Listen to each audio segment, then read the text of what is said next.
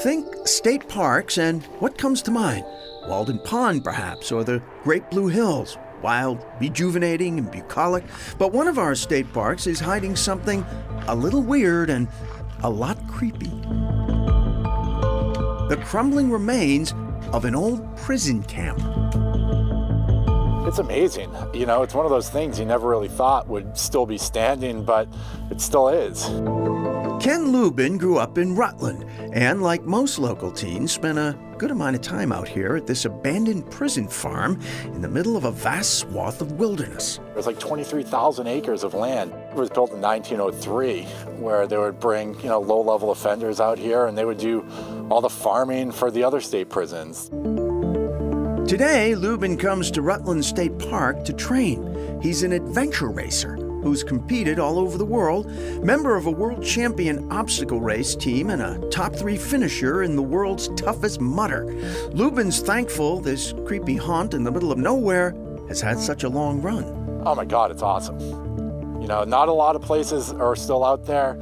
You would think vast land like this would be developed, but fortunately it's not. A bit closer to Boston, another weird hole in the ground.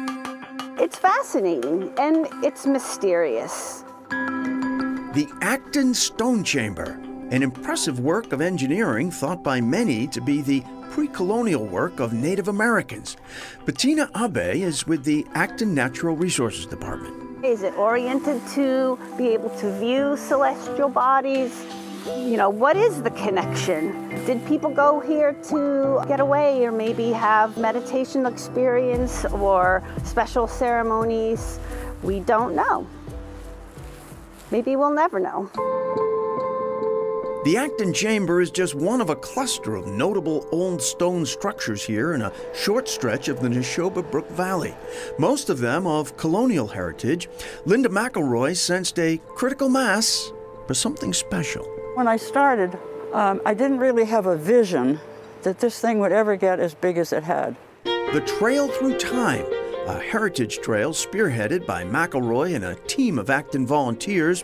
A loop trail leads hikers on a woodland path past colonial cellar holes, ceremonial Native American stone structures, even the remains of a 19th century pencil factory. Gradually, that became the theme, which I hadn't intended in the beginning, of how a particular small piece of land had served 2 different cultural groups successively over maybe more than 1,000 years.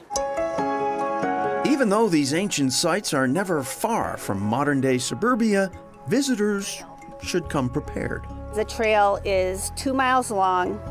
It's within 700 acres of contiguous conservation land and many miles of trails. So they should allow enough time in the day before dark falls, wear proper attire, and always be aware of ticks. And as always, when wandering the woods of New England, don't be surprised if you stumble on some weird stuff in the woods. You never know what you're gonna find.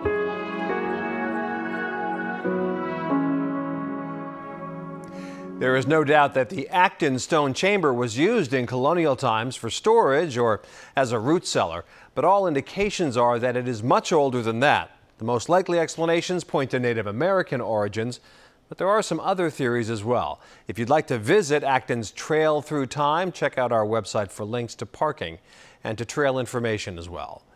And that is Chronicle for tonight. Thanks so much for joining us, everyone. I'm Anthony Everett. Have a good evening. Hope to see you back here again tomorrow night for another edition of Chronicle.